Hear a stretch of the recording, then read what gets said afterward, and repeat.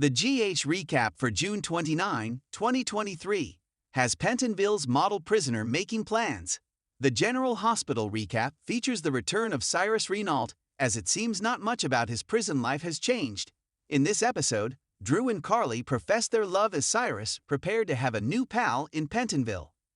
Trina and Spencer went to the Highsider looking for evidence against Esm as if it was 2022 all over again. Joss and Dex were there for the same reason, and things got ugly. At Windermere, Austin and Ava discussed the mess they are in. Finally, Portia tried to sweet-talk Esm, while Violet set Finn and Liz up on a date. Now, let's dig a little deeper into the details. Drew, Cameron Matheson, and Carly, Laura Wright, tried to ignore the fact that it was their last night together. Drew felt his decision to go to jail was an honorable one. Carly just felt guilty because she didn't use Michael's Chad duel Eichmann video against Sonny, Maurice Bernard. Carly admitted she was guilty of insider trading and didn't think she could live with the idea of Drew going to prison to protect her. Drew thought the whole plan was only logical.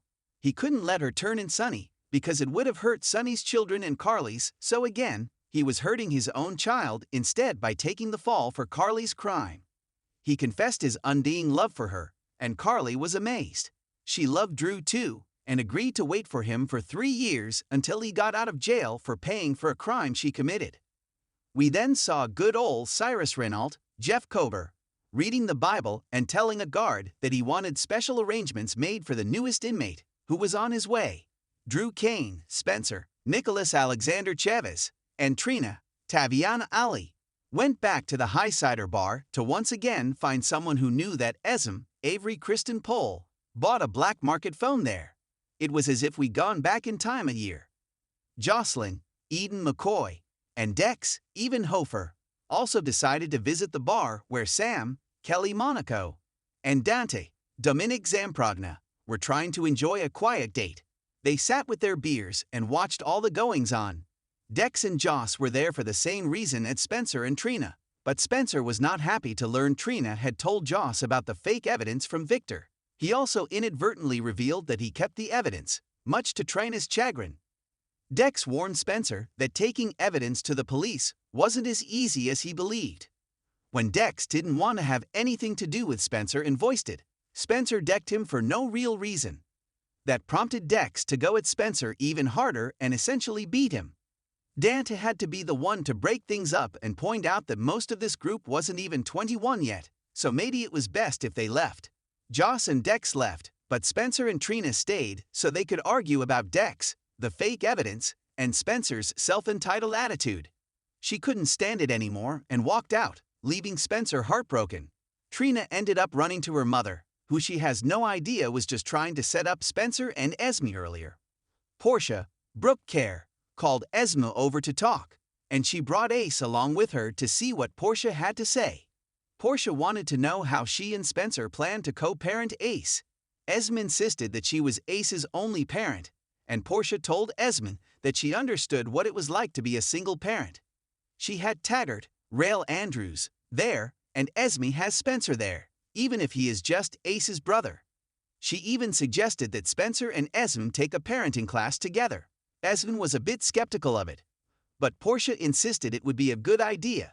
In the end, she agreed to ask Spencer if he'd give it a go.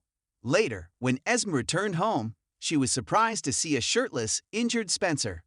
Ava, Maura West, made herself a martini to wind down from her eventful day, but Austin, Roger Howarth, came banging on Windermere's door. Austin justified taking Avery because he was indirectly saving both Pilar and Ava's daughter from Mason, Nathaniel Gray. Ava just wanted to know what Austin has gotten them into. Austin pointed out that he was in this mess because of her, because she was the one who killed Nicholas and tried to hide the body. As Austin kept going on about Mason's boss, Ava demanded to know who the boss was. As expected, Austin didn't tell her and just explained these people were worse than the mob. Ava then read Austin for filth and pointed out that all his kindness when he came to town was just an act. She believed he was just following orders and wondered if she was really anything to him. So Austin asked if he was anything to her other than just a patsy.